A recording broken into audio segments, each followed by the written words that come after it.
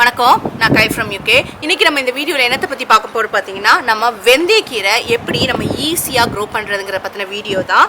நான் என்ன பண்ண போகிறேன்னு பார்த்தீங்கன்னா, நான் ஹாட் பாக்ஸை யூஸ் பண்ண போகிறேன். அதாவது இனிஷியல் ப்ராபகேஷனுக்கு நான் ஹாட் பாக்ஸை யூஸ் பண்ணிவிட்டு அதுக்கப்புறம் இந்த ரீசைக்கிளிங் கண்டெய்னரில் எப்படி நம்ம ஈஸியாக க்ரோ பண்ணலாங்கிறத பற்றின வீடியோ தான் இது.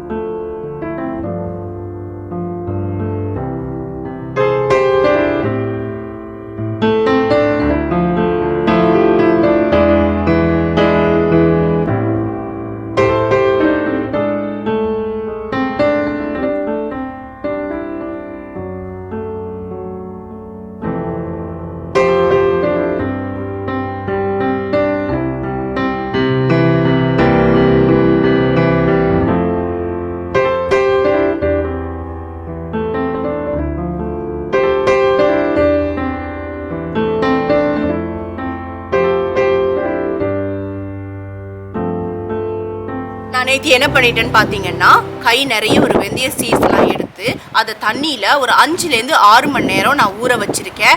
அப்போ ஊற வைக்கும்போது என்ன ஆகும்னா பார்த்தீங்கன்னா, அது கொஞ்சம் நல்லா பல்ஜ் ஆகி நம்ம ரெடியாக இருக்கும். அதுக்கப்புறம் ஹாட் பேக்கில் நம்ம என்ன பண்ணணும்னு பார்த்தீங்கன்னா, நீங்கள் வெட் க்ளோத் எடுத்துக்கலாம், அப்படி இல்லைன்னா வெட் டிஷ்யூ எடுத்துக்கலாம். நான் வந்து வெட் டிஷ்யூ எடுத்திருக்கேன். அந்த வெட் டிஷ்யூவை பாட்டமில் போட்டுட்டு அதுக்கு மேலே வெந்தயத்தை போட்டுட்டு அதுக்கு மேலே திருப்பி இன்னொரு டிஷ்யூ போட்டு ஸ்ப்ரே பண்ணிவிட்டு அதை நம்ம ஒரு 12 hours, மினிமம் 12 hours, அப்படி மோர் தென் 12 hours கூட நம்ம விடலாம். ஃபுல்லாக 12 hours நான் விட்டுருக்கேன். விட்டோன்னே இப்போ பாருங்கள், இப்போ என்ன ஆயிருக்குன்னு பாருங்கள். நான் என்னோட ஹாட் பேக்கை நான் ஓப்பன் பண்ண போகிறேன். நான் கிட்டக்க வந்து நான் காட்டுறேன். நான்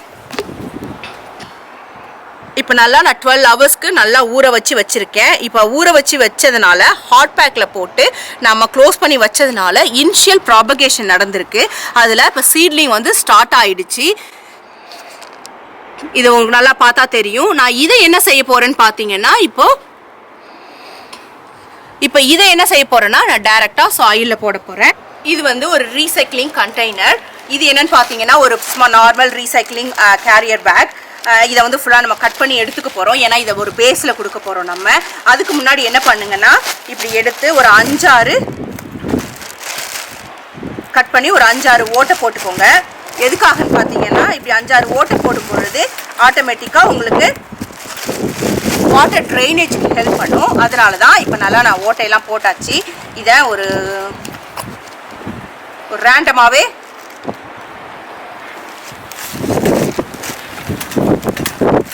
இதை ஃபுல்லாக நம்ம நல்லா கட் பண்ணி எடுத்துக்கணும். பயங்கர காற்று இன்னைக்கு, உட்காந்து வீடியோ எடுக்கவே முடியல, அந்த அளவுக்கு காற்று பயங்கரமாக இருக்குது. இதை எடுத்தாச்சு. இப்போ என்ன பண்ணுறோன்னு பார்த்தீங்கன்னா, ஜஸ்ட் இதை நம்ம பேஸை இப்படி கவர் பண்ணிக்க போகிறோம். இந்த பேஸ் நல்லா இப்படி கவர் பண்ணிவிட்டு தேவையான அளவு கொஞ்சமாக இருந்தால் கூட போதும், ரொம்ப நிறைய இருக்குன்னு கூட அவசியம் இல்லை.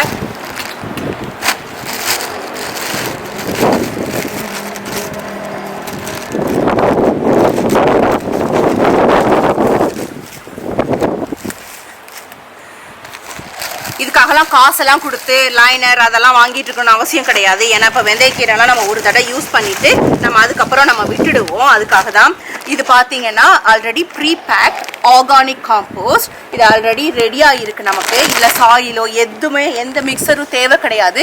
நம்ம ஸ்ட்ரைட்டாகவே இதை யூஸ் பண்ணிக்கலாம். நான் ஒரு 2 பேக் எடுத்திருக்கேன். ஏன்னா இதுக்கு வந்து ஒரு டீப்பாக கண்டெய்னர் தேவை கிடையாது. ஏன்னா நமக்கு வந்து ரூட் வந்து நல்லா ஆழமாக போகிற பிளான்ஸுக்கு மட்டும்தான் நமக்கு டீப்பான கண்டெய்னர் தேவை. நமக்கு இதுக்கு இந்த அளவுக்கு உள்ள கண்டெய்னரே போதும். நான் வந்து நல்லா காம்போஸ்ட்டை பாட்டமில் கொட்டிக்கிறேன். 2 பேக் எடுத்திருக்கேன். ஒரு பேக் இனஃப்னா கூட போதும் நமக்கு.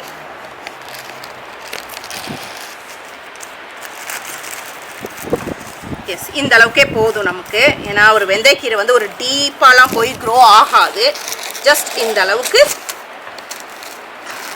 நல்லா க்ரோ ஆகிட்டு நல்லா ஒரு பேக்கெட் போட்டிருக்கேன். மேபி இன்னொரு பேக்கெட் தேவைப்படுமா? இல்லை, ஓகே, இதுவே போதும் நமக்கு.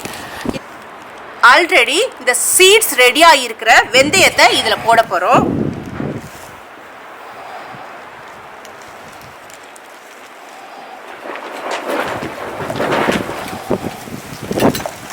போட்டுட்டு என்ன பண்ணுங்கன்னா நல்லா மிக்ஸ் பண்ணிடுங்க.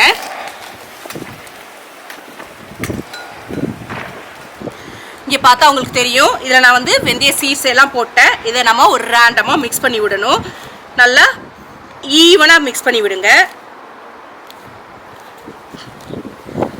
இது நல்லா ஈவனாக மிக்ஸ் பண்ணிவிட்டு இதுக்கு மேலே என்ன பண்ணுங்கன்னா இன்னும் கொஞ்சம் காம்போஸ்ட் போட்டு விடுங்க. இது வந்து ஆர்கானிக் பேஸ் தான், அதனால் நம்ம தாராளமாக ஆட் பண்ணலாம். நல்லா இதுக்கு மேலே கொஞ்சம் லைட்டாக இந்த மாதிரி,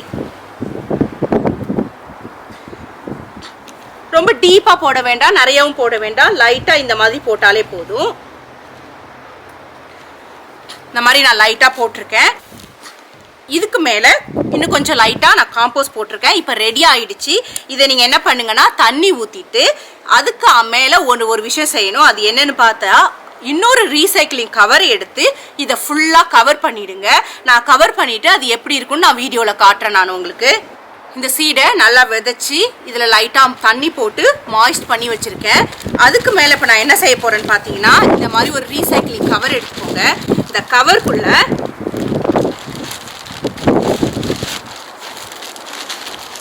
இப்படி வச்சு விட்டுருங்க. இதை ஃபுல்லாக இப்படி நுழைச்சி நல்லா இந்த கவரில் இப்படி வச்சு விட்டுருங்க. இந்த மாதிரி ஃபுல்லாக இந்த கவரில் வச்சுட்டு இந்த ரெண்டு காதையும் இப்படி முடிஞ்சால் சேர்த்து கட்டி விட்டுருங்க. நல்லா கட்டிட்டு ஜஸ்ட் ஒரு சின்ன ஹோல், இங்கே ஒரு ஹோல், இங்கே ஒரு ஹோல், ஒரு 4 ஹோல் மட்டும் போட்டு விட்டுருங்க. அவ்வளோதான். இது நல்லா இந்த மாதிரி இதை இந்த மாதிரி ஒரு ரீசைக்கிளிங் கவர் போட்டு இதுக்கு மேலே ஒரு 4 ஹோல் போட்டு இந்த மாதிரி ஒரு 2 நாள் விட்டுட்டு எடுத்து பார்த்தீங்கன்னா உங்களுக்கு நல்லாவே சீட்லிங் வந்திருக்கும். நான் ஒரு 2-3 நாள் கழிச்சு நான் உங்களுக்கு அப்டேட் பண்ணுறேன் எப்படி இருக்குன்னு. நான் 2 நாளைக்கு அப்புறம் அந்த கவரை ஓப்பன் பண்ணி பார்த்தேன். எனக்கு சீட்லிங் நல்லா வந்திருந்துச்சு. ஒரு 2லேருந்து 3 நாள் வரைக்கும் அந்த கவர் பண்ணியிருந்தாலே போதும். அதாவது நீங்கள் பாருங்கள், அந்த வெதரை பொறுத்து தான் இருக்குது. ரொம்ப வார்மாக இருக்கிற அன்னைக்கு ஒரு 2 நாளே போதும், நல்ல ஜெர்மினேஷன் வர ஆரம்பிச்சிடும். அதுக்கப்புறம் நம்ம கவரை எடுத்து விட்டுடலாம். அப்படி இல்லைன்னா வெதர் ரொம்ப கோல்டாக இருந்துச்சுன்னா ஒரு 2-3 நாள் எடுக்கும். அப்போது அந்த மேலே உள்ள கவரில் எந்த ஓட்டையும் போடாமல் நீங்கள் டைட்டாக கட்டி வச்சு ஆனால் இனஃப் மாய்ச்சர் தண்ணி போட்டு மாய்ச்சராக வச்சுருங்க. நல்லா கட்டி வச்சிட்டோன்னா அந்த சூட்டிலேயே அந்த ஹீட்டை நல்லா ஹோல்ட் பண்ணிவிட்டு ஜெர்மினேஷன் நமக்கு குயிக்காக நடக்கும். இங்கே பாருங்கள், அடுத்தடுத்த நாளே எனக்கு நல்லா வேகமாக வளர ஆரம்பிச்சிருச்சு. இந்த மாதிரி தான் இப்போ இருக்குது. இன்னும் வந்து நமக்கு போக போக நமக்கு நிறைய அந்த இலைகள்லாம் நிறைய பெருசாகும். அந்த பெருசானோடனே நீங்கள் என்ன பண்ணலான்னு பார்த்தீங்கன்னா இதை ஒரு 2-3 வாட்டி கட் பண்ணி யூஸ் பண்ணலாம். ஆனால் அதுக்கப்புறம் அது வந்து வராது. ஏன்னா அந்த நியூட்ரிஷன்லாம் கீழே இப்போ வந்து நமக்கு எல்லா சத்தையும் உறிஞ்சிக்கிட்டதுனால நமக்கு அந்த அளவுக்கு ஒரு ஹெல்தி இலையாக வராது. நம்ம அதுக்கப்புறம் நம்ம வந்து இன்னொரு புது ஈடு வந்து நம்ம போட்டுக்கலாம். என்னோட வீடியோ பிடிச்சிருந்துச்சுன்னா மறக்காமல் சப்ஸ்கிரைப் பண்ணிடுங்க. சப்ஸ்கிரைப் பண்ணிவிட்டு பக்கத்தில் உள்ள பெல் ஐக்கானை கிளிக் பண்ணிவிடுங்க. அப்போ தான் நான் போடுற வீடியோ உங்களுக்கு உடனே வரும். தேங்க்ஸ் ஃபார் வாட்சிங்.